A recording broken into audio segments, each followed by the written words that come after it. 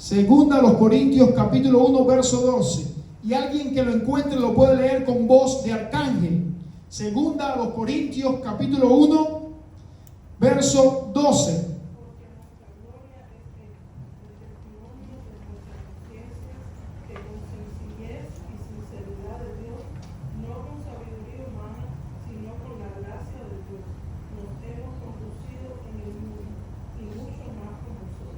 Gloria al nombre del Señor. El testimonio de nuestra conciencia. Bendito sea el nombre del Señor. Y cuando hablamos de la conciencia, como que muchas veces parece algo abstracto para nosotros, como que muchas veces parece algo que no dominamos bien. Sin embargo, la palabra de Dios nos habla en muchas ocasiones acerca de la conciencia, acerca del testimonio de la conciencia. Y muchas veces Pablo hace alusión al testimonio de la conciencia de una manera enfática para poder, para que los oyentes puedan entender que lo que él está haciendo en la obra del Señor no es algo producido por su carácter humano, sino es algo afirmado y testificado por el mismo cielo. Bendito sea el nombre del Señor. Entonces la pregunta sería, ¿qué es la conciencia?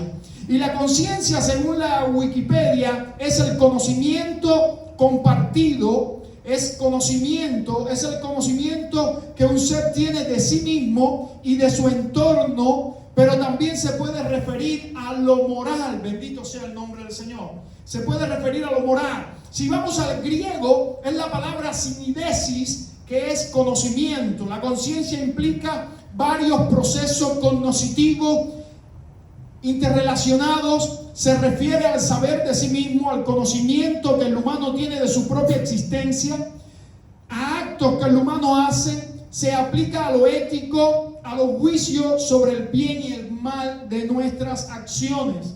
Si vamos a los distintos campos, por ejemplo, en lo psíquico, la conciencia es el acto psíquico mediante el cual una persona se percibe a sí misma en el mundo. Si vamos a lo religioso, la conciencia es una propiedad del espíritu humano que permite reconocer los atributos esenciales. Repito eso, la conciencia, según los conceptos religiosos, es una propiedad del espíritu humano. No es una propiedad del cuerpo, no es una propiedad del alma, es una propiedad del espíritu. Si puedes quitarle ganancia para que no haga tanto eco. Según la etimología de la palabra indica que la conciencia incluye aquello que el sujeto conoce, que la persona conoce.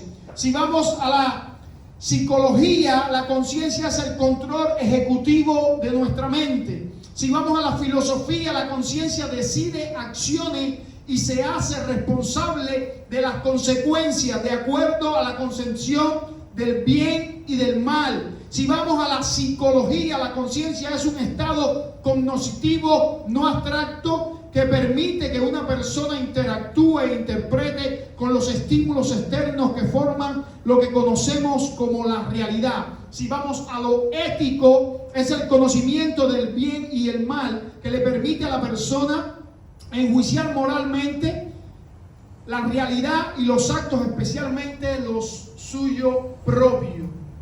Ahora, hay algunas palabras que nosotros conocemos o hemos oído como conciencia errónea. Bendito sea el nombre del Señor. Y la conciencia errónea es nada más que es una conciencia que no tiene una capacidad cognitiva para distinguir lo que es bueno y lo que es malo.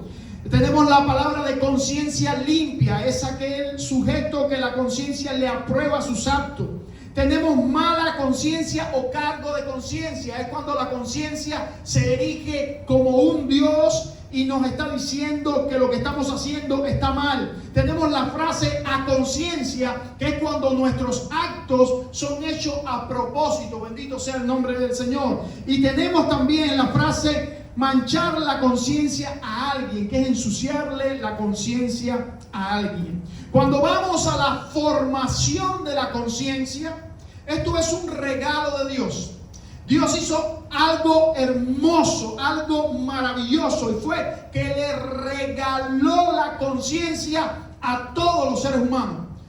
Ahí dice Romanos capítulo 2, versos 14 y 15, que aunque los gentiles en otro tiempo no tenían la ley de Dios, de todas maneras Dios les dio una conciencia para que ellos pudieran distinguir entre lo que está bien y lo que está mal.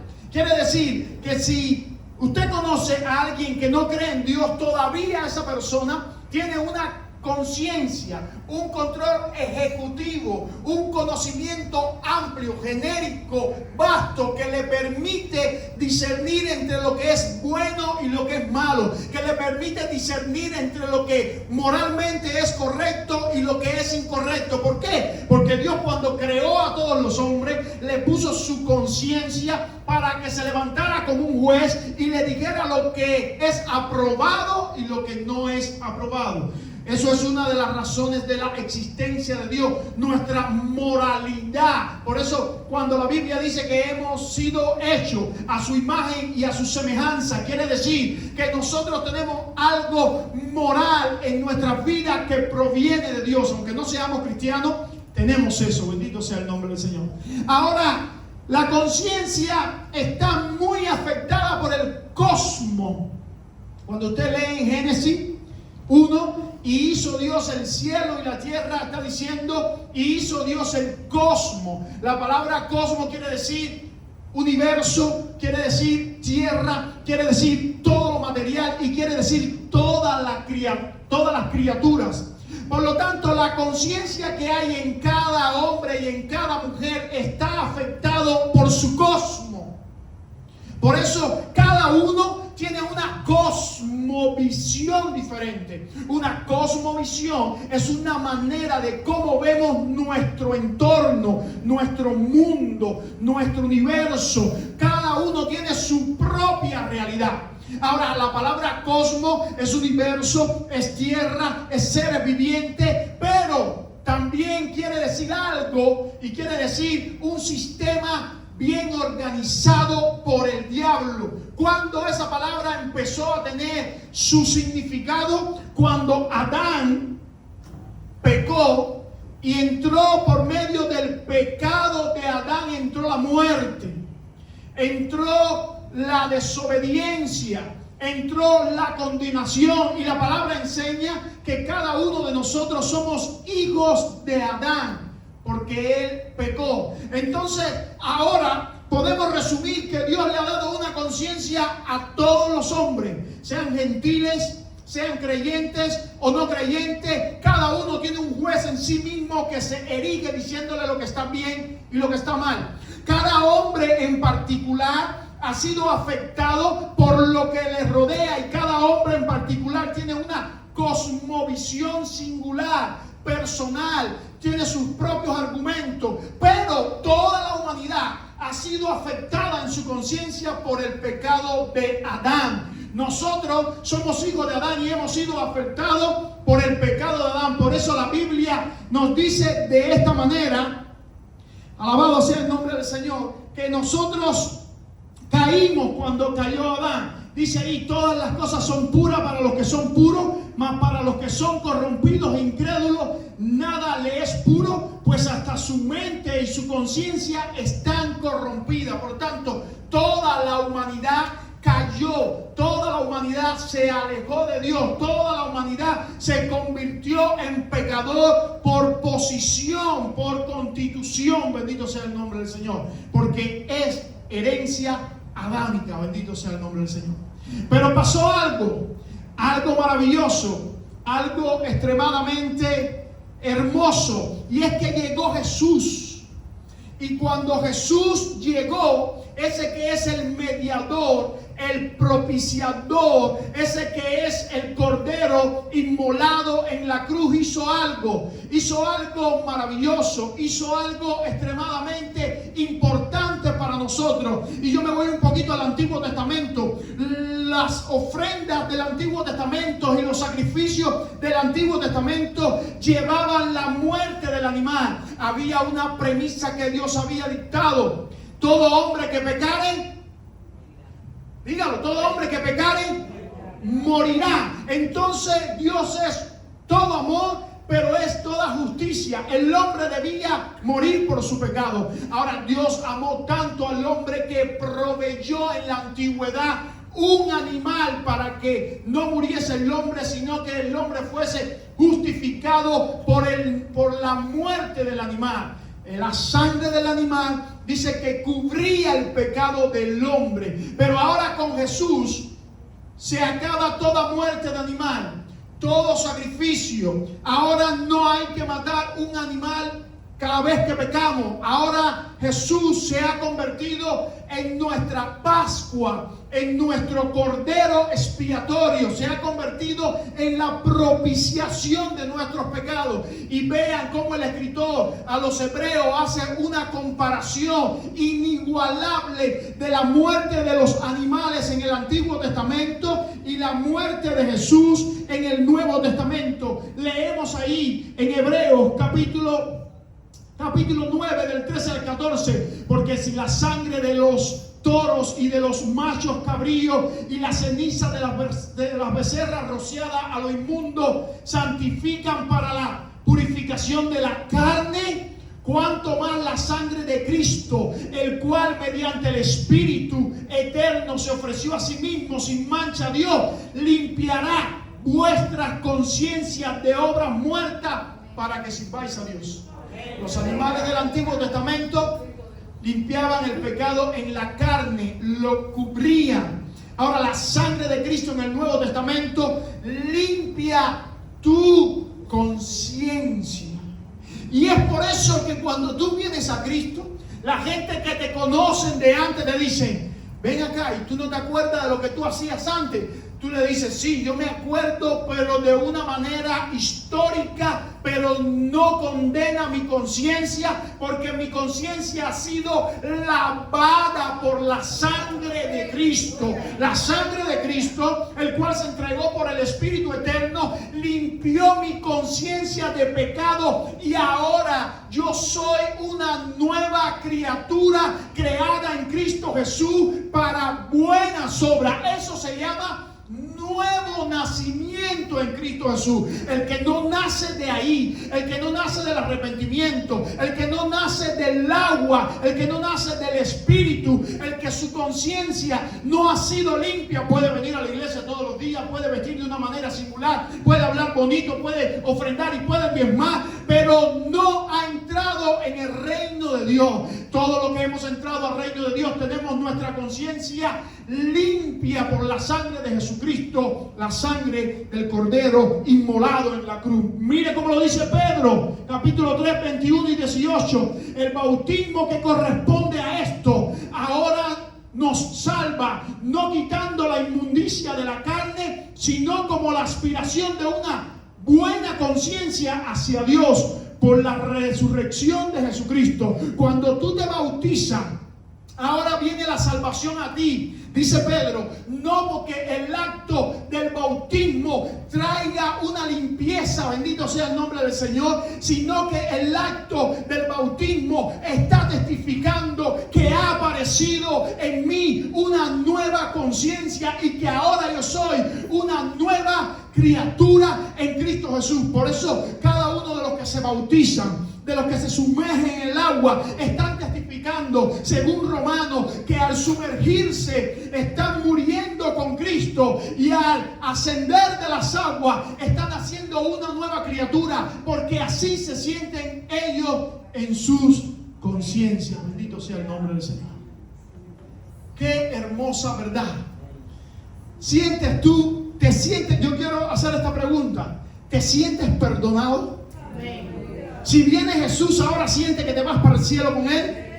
Ese es el testimonio de una limpia conciencia producido por aquellos que se han arrepentido de corazón. Bendito sea el nombre del Señor.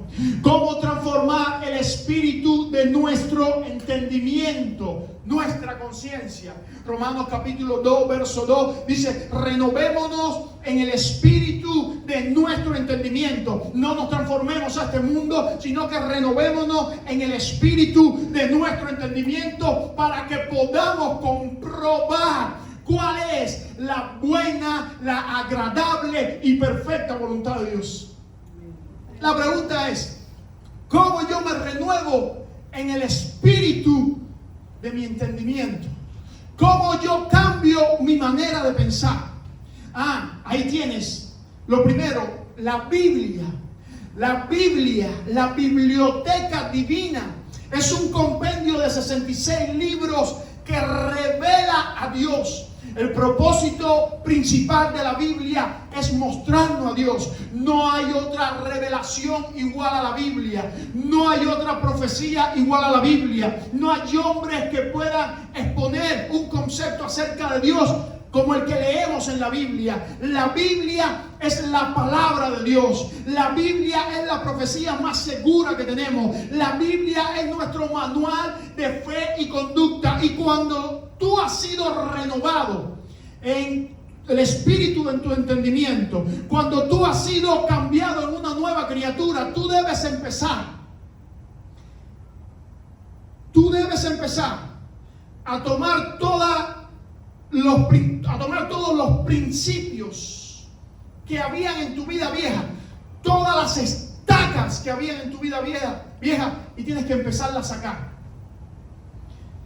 Tu mente está llena de conceptos, de argumentos, de opiniones, de principios que son, como estacas que están clavadas, y luego tú has hecho una cerca alrededor de tu mente. Cuando tú vienes a Cristo, tú tienes que empezar a sacar cada estaca, cada premisa, cada principio que hay en tu mente, y en lugar de esos conceptos del cosmos que tú has tomado por tu experiencia, por enseñanzas seculares, religiosas, familiares, por todas esas cosas, tú tienes que sacar la estaca y plantar en el lugar de la estaca un principio bíblico.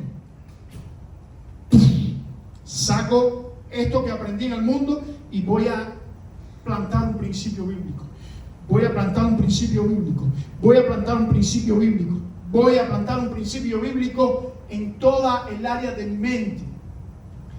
Porque cuando nosotros actuamos humanamente, cuando nosotros seguimos las obras de la carne, eso trae ¿qué? Corrupción. Pero cuando nosotros seguimos la palabra de Dios, que la Biblia me dice que es espíritu, eso me trae vida y vida en abundancia.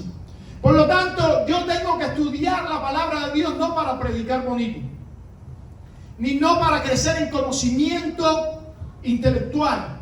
Yo tengo que estudiar la palabra de Dios para poner en mi vida estaca, principio, premisas que me ayuden a vivir como el nuevo hombre que soy. Lo digo con tristeza, pero la mayoría de los cristianos se quedan en aceptar a Jesús como su único Salvador, pero se olvidan de la renovación de su entendimiento. Pablo le decía a Tito, Dios nos salvó no por obras de justicia que nosotros hayamos hecho, sino por la regeneración. Eso es cuando aceptaste a Jesús. Dijiste, yo quiero aceptar a Jesús como mi único Salvador. Y no se queda ahí, y ahora dice, y por la renovación en el Espíritu. Por lo tanto, el proceso de salvación lleva regeneración y lleva renovación en Cristo. Y tú no te puedes renovar en Cristo si no empiezas a cambiar los conceptos que tienes en tu mente. Lo segundo es el Espíritu Santo. El Espíritu Santo, yo le he hablado mucho del Espíritu Santo. El Espíritu Santo es el ayudador, es el paracleto, es tu amigo, es tu consolador, es el Espíritu eterno, es el Espíritu de Dios, es la persona que ha sustituido a Jesús para estar contigo actualmente. Jesús dijo, a ustedes les conviene que yo me vaya, porque cuando yo me fuere, os enviaré otro consolador, no alguien diferente. Ese otro no es alguien diferente, no es hétero, otro de otra estirpe, sino ayo, uno de la misma estirpe, de la misma esencia. Yo os enviaré a un consolador como yo. Por lo tanto, tú tienes un consolador en el cielo que está orando y está clamando por ti, porque dice la palabra del Señor que Jesús está a la diestra del Padre como sacerdote según el orden de Melquisedec, intercediendo por ti. Tú tienes un consolador en el cielo que está orando al Padre por ti, pero hay algo precioso. El consolador tuyo no solamente está en el el cielo, tú tienes un consolador también aquí en la tierra que se llama el Espíritu Santo de Dios, el Paracleto, que está al lado tuyo cada día de tu vida para darte fuerza, para darte aliento, para hacerte avanzar en el Evangelio, para hacerte crecer espiritualmente, para que tú puedas cumplir el propósito de Dios en tu vida. Ese es el Espíritu Santo de Dios. Tú necesitas para sacar cada concepto de tu vida, cada sofisma de tu vida, cada estaca de tu vida, cada principio de tu vida. Necesitas el poder sobrenatural del Espíritu Santo de Dios. Sin el Espíritu no lo podemos lograr. Entre la palabra y el Espíritu hay una conexión viva. Jesús dijo: mis palabras, mis logos son espíritu. Si tú quitas el espíritu de la Biblia, si tú quitas el espíritu de las palabras, de la palabra que dijo Jesús, si tú lo quitas, es una letra común y corriente. Y el ejemplo está en que hay muchas personas en lo secular que han estudiado la Biblia para intentos arqueológicos, descubrimientos arqueológicos, para disertar científicos, para apoyar sus propias tesis. Pero esa palabra no le ha cambiado, porque la palabra que cambia está envuelta en el Espíritu de Dios. Y lo tercero es el temor a Dios. Usted puede leer Job capítulo 28 y puede ver cómo el Señor le dijo a Job: ¿dónde está la sabiduría? Y entonces empezó a dar una disertación Job de en todos los lugares que había buscado la sabiduría, y concluye con un texto que usted conoce de memoria. He aquí que el temor del Señor es la sabiduría, y el apartarse del mal, la inteligencia. Por más que usted aprenda en la escuela, por más que usted aprenda en la vida, por más que usted aprenda en una universidad, por más que usted aprenda con su núcleo familiar, usted aprende realmente cuando usted teme a Dios, porque viene la adquisición de una nueva conciencia para usted, y usted empieza a entablar en su mente nuevos principios que le ayudan a caminar con una cosmovisión diferente. Bendito sea el nombre del Señor. ¿Está conmigo? Registro de pecado. Cuando el hombre peca, sucede algo. Lo primero que ha pasado, ya lo dijimos anteriormente en el primer punto, y es que cada uno de nosotros tenemos en nuestra carne, cargamos en nuestra carne la herencia de pecado adámico. Ahí está, el registro de pecado está en tu carne y en mi carne. Luego léase Romanos capítulo 7, como Pablo habla de dos naturalezas que hay en él: la ley del espíritu y la ley del pecado. La carne quiere hacer algo y el espíritu se lo impide. El espíritu quiere hacer algo y la carne se lo impide, y hay una batalla donde Pablo termina en el capítulo 8 diciendo: gracias damos por Jesucristo, quien nos ha librado de la ley del pecado y de la muerte. Por tanto, cada hombre tiene esa herencia en la carne. Ahora, cuando usted hace algo malo, ese registro de pecado rápidamente va delante de la presencia de Dios, va delante de Dios. Se almacena una lista de pecados delante de la presencia de Dios. Por eso David, cuando oraba, decía de esta manera: Señor, perdóname y líbrame de los pecados que me son ocultos, aún los pecados que en mi conciencia no registra. Yo te pido que me perdones de ellos. Yo te lo voy a ilustrar gráficamente.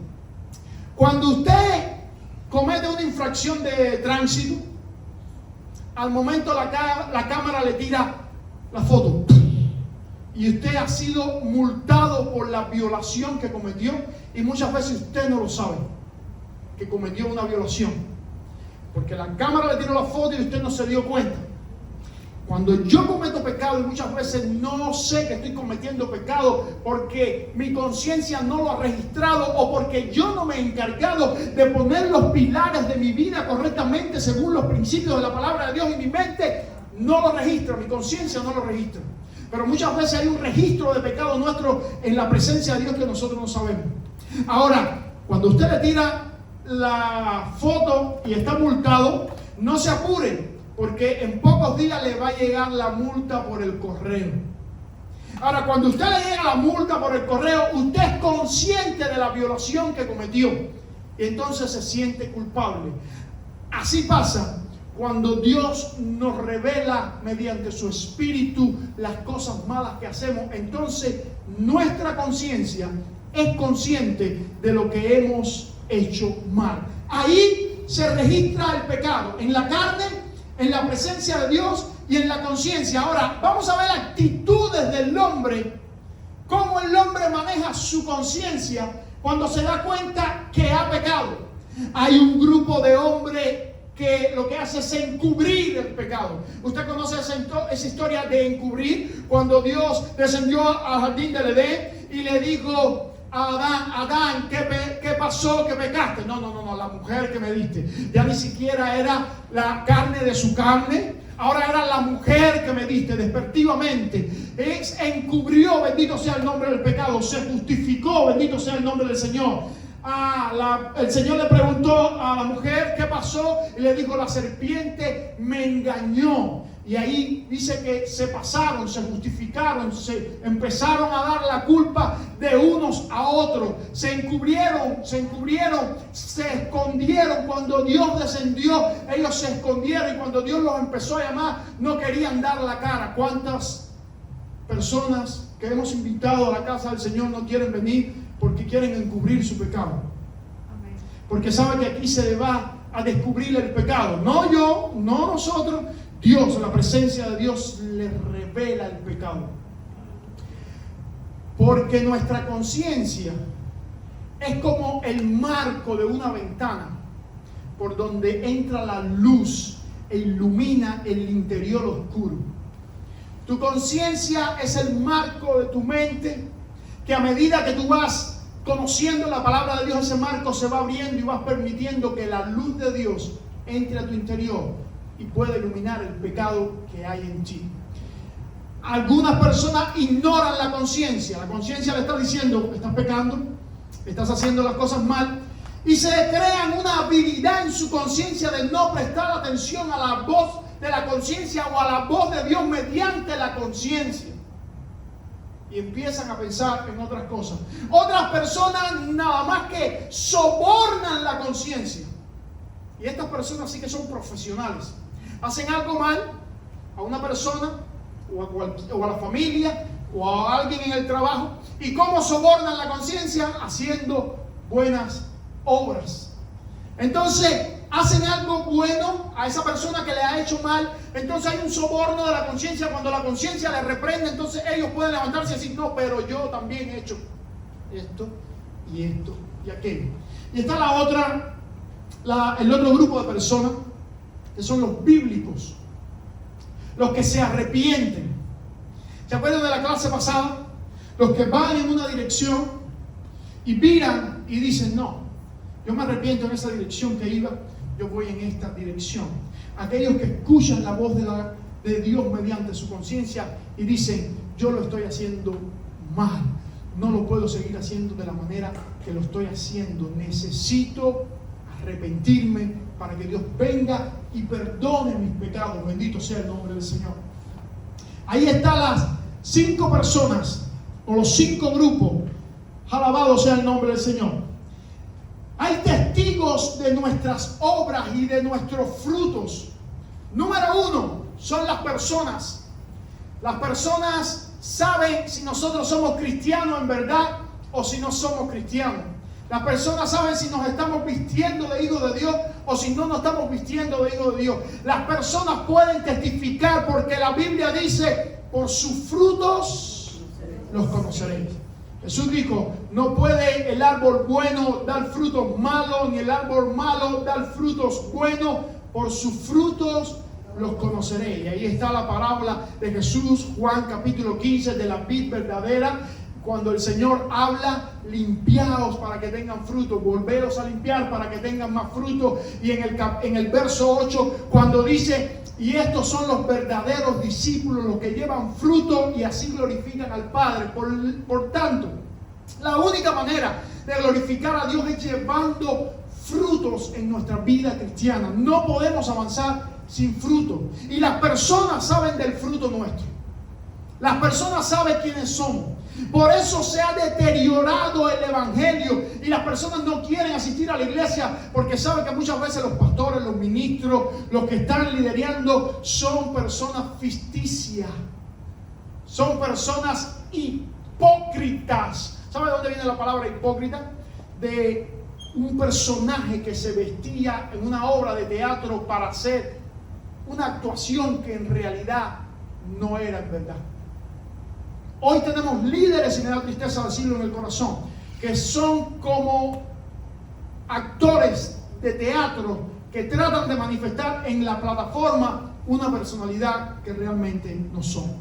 Por eso se está deteriorando el testimonio de Cristo en medio de la sociedad.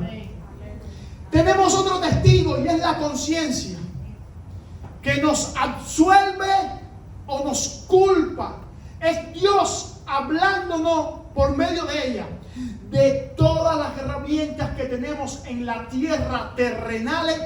La que más Dios usa es nuestra conciencia. Dios nos habla muchísimo a través de nuestra conciencia, porque cuando nosotros nos convertimos, el Espíritu se enlaza con nuestra conciencia y podemos sentir la voz de Dios a través de nuestra conciencia, reprendiéndonos y diciéndonos lo que está bien y lo que está mal. Y por último, el tercer testigo es Dios. Dios que se levanta como un testigo aún, escuche esto, cuando nuestras conciencias están cauterizadas. Porque déjame decirte algo, hay personas que ignoran tanto la voz de su conciencia que la conciencia se les cauteriza y siente que está haciendo bien. Pero aún cuando nuestro corazón y nuestra conciencia no nos reprende, la Biblia dice que mayor que nuestra conciencia y que nuestro corazón es Dios para reprendernos de toda obra muerta. Así que hay personas que aunque su conciencia no la reprenden porque están cauterizadas, no funciona ya la conciencia, mayor que la conciencia es Dios para revelarnos en el pecado que estamos caminando y hacernos volver a Él. Bendito sea el nombre del Señor. Pablo, encontramos en la palabra de Dios muchísimos versículos, bendito sea el nombre del Señor, que hablan acerca de que la conciencia es el medio por donde Dios nos habla de una manera especial. Gloria al nombre del Señor. Dice, déjame ver si encuentro aquí los versículos donde los tengo apuntados. Dice Pablo, escuche, y termino con esto, hablándole, Pablo defendiéndose ante el sumo sacerdote Ananías, le dice: varones hermanos, yo con toda buena conciencia he vivido delante de Dios hasta el día de hoy. Le dice a Félix, el gobernador, le dice: yo sirvo a Dios desde mis padres y procuro tener siempre buena conciencia, sin ofensa ante Dios y ante los hombres. Le escribe a los romanos: verdad digo en Cristo, no miento, y mi conciencia me da testimonio en el Espíritu que tengo gran tristeza y continuo dolor en mi corazón. Le escribe a Timoteo y le dice: el amor nacido del corazón limpio de fe, no fingido y de buena conciencia es lo que debe seguir. Le vuelve a escribir a Timoteo y le dice: este mandamiento, hijo Timoteo, te encargo para que conforme a las profecías que se hicieron antes en cuanto a ti, milites por ellas en buena conciencia, manteniendo la fe y buena conciencia, desechando las cuales naufragaron en cuanto a la fe algunos como Himeneo y Alejandro. Bendito sea el nombre del Señor. Pablo siempre estaba apelando a la voz de su conciencia. Pablo decía: verdad digo y no miento, que con una conciencia limpia, sincera y limpia, me he manifestado delante de ustedes. Dios va a probar lo que tú haces por tu limpia conciencia, por tu manera de actuar. Dios lo va a hacer. Y la pregunta reflexiva con que empecé, quiero terminar con ella. ¿Qué dice tu conciencia? ¿Cómo te está hablando Dios a través de tu conciencia? Dios nos ha dado una conciencia a todos. Esa ventana por donde alumbra el conocimiento de Dios, y a medida que nosotros abrimos esa ventana, más entra la luz de Dios y expone nuestra vida delante de la presencia de Dios. Por eso hay algunos que tienen la ventana cerrada para que la luz de Dios no entre a través de la ventana de su conciencia. Dios nos ha dado una conciencia a todos. La cosmovisión que tú tienes afecta tu conciencia, la manera en que tú ves las cosas, la manera en que tú actúas. Adán afectó la conciencia de todos los hombres. Nos constituimos en pecadores y hemos sido condenados por el pecado de Adán. Pero llegó Jesús, el Hijo de Dios. Llegó Cristo, el sumo sacerdote. Llegó Cristo, el mediador perfecto. Llegó Cristo, el único que tiene naturaleza hipostática, verdadero Dios y verdadero hombre, para con su sangre ofrecida mediante el Espíritu eterno limpiar nuestras conciencias. Lo que no pudo hacer los animales, ahora lo hizo Cristo. Limpiar nuestras conciencias de toda obra muerta. Y nos dio 3 recursos hermosos: la palabra de Dios, para que saquemos todas las estacas viejas que teníamos del viejo hombre y ahora seamos renovados según un nuevo hombre creado a la imagen de Cristo Jesús. Nos dio el Espíritu Santo para que esté al lado nuestro, para que sea nuestro paracleto, nuestro consolador, para que nos ayude cuando nuestra conciencia nos diga está mal, para que nos ayude a arrepentirnos, nos ayude a volvernos a Dios. Nos ha dado el temor de Dios, que es el principio de la sabiduría, y el apartarnos del mal es la inteligencia. Ahora, ¿qué acciones vamos a tomar? ¿Vamos a hacer como Adán y Eva, que se escondieron? ¿O vamos a justificarnos como ellos lo hicieron? ¿O vamos a ignorarla? ¿O vamos a sobornar nuestra conciencia? No, arrepintámonos, porque ese es el mensaje, ese es el evangelio de Jesús. Arrepentíos. Dios te está hablando de muchas maneras y tu conciencia te está reprendiendo de muchas maneras de que debes mejorar. Y este mensaje no solamente es para los inconversos, este mensaje es para cristianos fríos que no caminan según la voluntad de Dios. Para gente que han aceptado a Jesús y no aceptan las demandas de Jesús. Para gente que están muriendo en sus delitos y pecados, en sus pasiones, en sus prácticas, enredados en el estilo de vida de este mundo, enredados en los negocios de este mundo, no militando como se debe. Este mensaje es para ti también. Oye la voz de tu conciencia, porque hay gente que da testimonio de ti. Porque tu conciencia misma da testimonio de ti. Pero aún sobre la gente y sobre la conciencia se levanta Dios cuando nuestra conciencia está cauterizada, y Él mismo puede testificar de nosotros. Como dice el libro de los Hebreos, que Dios testificaba de la sangre de Abel aún derramada en la tierra. Testificaba de su testimonio. Necesitamos, hermanos, hombres y mujeres que militen en el reino de Dios, que sean verdaderos representantes del reino de Dios, que como Pablo puedan decir, verdad digo y no miento, y mi conciencia da testimonio que con un proceder limpio me he manifestado a cada uno de ustedes. Que tu familia pueda ver la sinceridad con que sirves a Dios, que tus compañeros de trabajo puedan ver la sinceridad con que vives y estás agarrado de Dios. Que los hermanos en la iglesia quieran seguir tu estilo de vida, tu conducta y tu testimonio por ver que tú eres aprobado delante de Dios. Y que tú mismo, cuando entres delante de la presencia de Dios, puedas levantar tus manos como obrero que no tiene de qué avergonzarte, y puedas adorar a Dios en espíritu y en verdad, porque tu conciencia te aprueba estar delante de Dios.